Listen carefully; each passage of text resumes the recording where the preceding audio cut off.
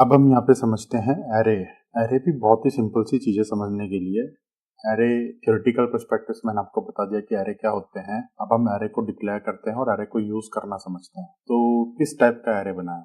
Integer type का बना लेते हैं। सबसे सिंपल ये मैंने बनाया इंटीजर एरे। इसका एरे का नाम दे दिया एरे, इक्वल टू लगा के न्यू ऑपरेटर यूज करा, वापस इंटीजर, और अब वापस यहाँ पे स्क्वायर ब्रैकेट देने हैं। और अब यहाँ पे एक चीज इंपॉर्टेंट है, यहाँ पे मुझे एरर दिखा रहा है। ये एरर क्या है कि एरे की साइज देनी पड़ेगी मुझे। अगर मुझे 10 इंटीजर्स का एरे बनाना है तो मैं यहाँ पे 10 दे सकता हूँ एरे की साइज। तो ये मैंने यहाँ पे एक एरे को डिक्लेयर कर दिया और एरे को इनिशियलाइज कर दिया। जब भी हम एरे को बनाते हैं तो यहाँ पे उसके डिफॉल्ट वैल्यू स्टोर हो जाती है एरे के अंदर। इंटीजर की डिफॉल्ट वैल्यू होती है 0। तो अब अगर मैं इस एरे को प्रिंट करूंगा फॉर एग्जाम्पल, तो यहाँ पे मुझे 0 दिखेगा। देख लेते हैं एक बार। 0।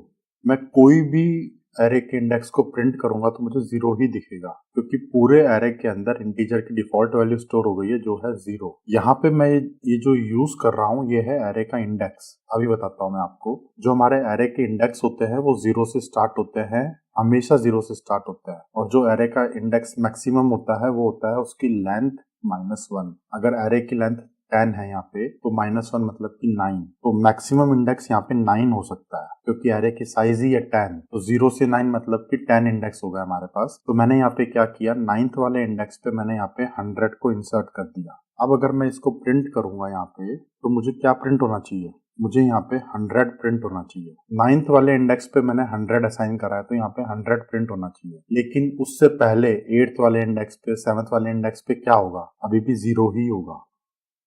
0। तो यहाँ पे मैंने एरे को डिक्लेयर और इनिशियलाइज कर दिया और उसके बाद उस एरे के अंदर मैंने कोई वैल्यू को डाल दिया। 9th वाले इंडेक्स पे मैंने 100 वैल्यू को डाल दिया। इस तरीके से मैं किसी भी इंडेक्स पे कोई भी वैल्यू डाल सकता हूँ। फर्स्ट वाले इंडेक्स पे मैं यहाँ पे मान लो -900 डाल देता हूँ।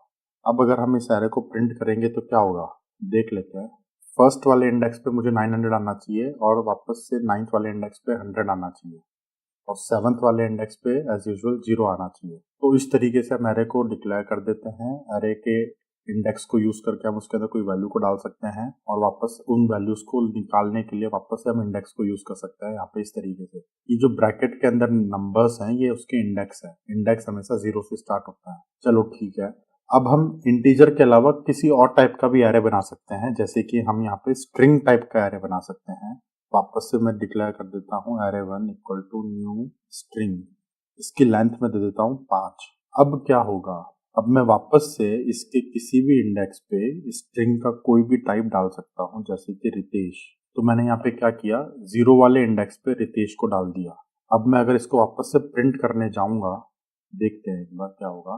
0, यहाँ पे रितेश प्रिंट होना चाहिए, ये रहा। अब यहाँ पे एक चीज बहुत ही इंपॉर्टेंट है समझने के लिए, कि अगर मैं यहाँ पे ऐसा कोई इंडेक्स यूज करता हूँ जो कि उसके रेंज से बाहर है, जैसे कि 4 तक मैं जाऊंगा तो 4 तक सही है, 0 to 4 इज 5। लेकिन जैसे ही मैं यहाँ पे 5 पे जाऊंगा तो क्या होगा, यहाँ पे ना आपको एक एरर मिलेगी, array index out of bounds. ये एक जावा के अंदर एक्सेप्शन होती है। इसका मतलब ये होता है कि हमने यहाँ पे जो इंडेक्स यूज करा है वो इसके बाउंड से ही बाहर है। अभी करके देखते हैं, array index out of bounds exception. इसका कहने का मतलब यह है कि index 5 out of bounds for length 5। Array की लेंथ 5 है और मैं 5 इंडेक्स को यूज कर रहा हूँ। 5 इंडेक्स मतलब कि मैं 6th नंबर वाले जो भी उसमें डाटा पड़ा है उसको एक्सेस करना चाह रहा हूँ, तो मैं नहीं कर सकता। उसकी मैक्सिमम साइज ही 5 है। ठीक है, तो ये एक्सेप्शन अगर आपको मिलती है तो इसका मतलब यही है कि आपने इंडेक्सेस को गलत तरीके से, साइज के बाहर गया है वो। यहाँ पे मैं माइनस इंडेक्स भी यूज नहीं कर सकता। एरे के इंडेक्स कभी भी माइनस में नहीं होता है, मिनिमम ही उसका 0 होता है, तो माइनस में नहीं होता उसका। फिर से एक्सेप्शन आ गई है, सेम एक्सेप्शन आई है क्योंकि उसके बाउंड से बाहर है। ठीक है, अब एक बात यहाँ पे और मैं आपको बता देता हूँ कि मैंने आपको कहा था एरे में उसकी डिफॉल्ट वैल्यू स्टोर हो जाती है। तो स्ट्रिंग के केस में डिफॉल्ट वैल्यू क्या होगी? अब क्योंकि स्ट्रिंग एक ऑब्जेक्ट है और मैंने 0 वाले इंडेक्स पे रितेश को तो डाल दिया, but first, second, third, fourth index पे मैंने किसी को भी नहीं डाला, तो वहां पे उसकी जो डिफॉल्ट वैल्यू होती है वो नल होती है। नल का मतलब ये है, जावा के अंदर नल का कंसेप्ट का मतलब ये होता है कि आपका ये जो वेरिएबल है वो ऑब्जेक्ट लोकेशन को पॉइंट करता है, तो वहां पे कोई भी ऑब्जेक्ट एग्जिस्ट नहीं करता। 0 वाले इंडेक्स पे तो रितेश है, लेकिन फर्स्ट वाले इंडेक्स पे मैंने कुछ डाला ही नहीं है, तो वहां पे नल पड़ा है, मतलब कुछ भी नहीं पड़ा वहां पे। तो यहाँ पे नल आना चाहिए आपको। नल। नल मतलब कि फर्स्ट पे कुछ भी नहीं है, जब तक मैं उसको असाइन नहीं करता तब तक वहां पे कुछ होगा ही नहीं। अब मैंने यहाँ पे फर्स्ट वाले इंडेक्स पे जैसे कोडिंग दुनिया डाल दिया, तो अब यहाँ पे आपको नल नहीं मिलेगा क्योंकि मैंने यहाँ पे डाल दिया है, कुछ वैल्यू डाल दी है मैंने यहाँ पे।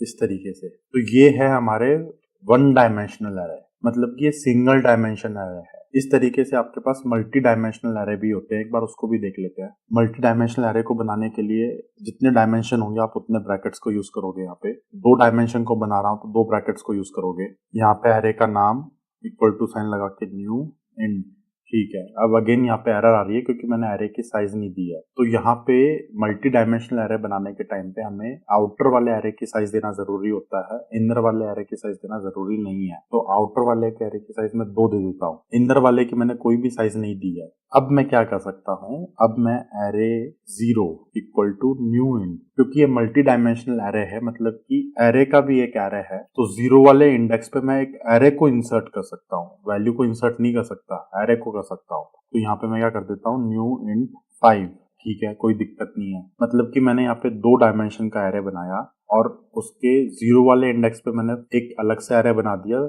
जिसकी साइज है 5, ठीक है। और 1 वाले इंडेक्स पे मैंने एक एरे बनाया जिसकी साइज में कुछ अलग दे सकता हूँ, जैसे कि 10। तो ये होते हैं मल्टी डायमेंशनल एरे। एरे का भी एक एरे, ये जो है आपको यहाँ पे ये जो 0 दिख रहा है ये आउटर एरे का इंडेक्स है। 0 वाले इंडेक्स पे मैंने एक एरे को बना दिया जिसकी साइज है 5, 1 वाले इंडेक्स पे मैंने एक एरे को बना दिया जिसकी साइज है 10। अब अगर मुझे इस एरे के अंदर किसी नंबर को डालना है तो मेरे को कैसे करना पड़ेगा, इस तरीके से करना पड़ेगा। सबसे पहले मुझे एक आउटर एरे का इंडेक्स देना पड़ेगा, फिर मुझे इनर एरे का इंडेक्स देना पड़ेगा, और फिर मैं यहाँ पे कोई वैल्यू को इंसर्ट कर सकता हूँ जैसे कि 1000। बिल्कुल सही है, ठीक है। अब हम इसको प्रिंट भी करके देख लेते हैं। एक बार प्रिंट करेंगे तो आपको यहाँ पे 1000 ही मिलेगा, वो कोई बड़ी बात नहीं है। 0 0। और अब अगर मुझे मान लो सेकंड वाले एरे में कुछ डालना है तो सेकंड वाले एरे के लिए इसका इंडेक्स क्या हो जाएगा, बाहर वाले का 1, और अंदर वाले का इंडेक्स कहाँ तक जा सकता है, 9 तक जा सकता है क्योंकि उसकी लेंथ क्या है, 10 है। तो अगेन मैं यहाँ पे इसको 190 अगर इंसर्ट करता हूँ तो अब मैं इसको प्रिंट कर सकता हूँ 1 और 9। अगर मैं यहाँ पे कुछ और प्रिंट करके देखता हूँ जैसे कि 5th वाले इंडेक्स पे, तो क्या प्रिंट होना चाहिए, 0 होना चाहिए क्योंकि उसकी डिफॉल्ट वैल्यू 0 होती है इंटीजर्स की, 0। ये होते हैं मल्टी डायमेंशनल एरे। मुझे उम्मीद है आपको ये समझ में आया होगा।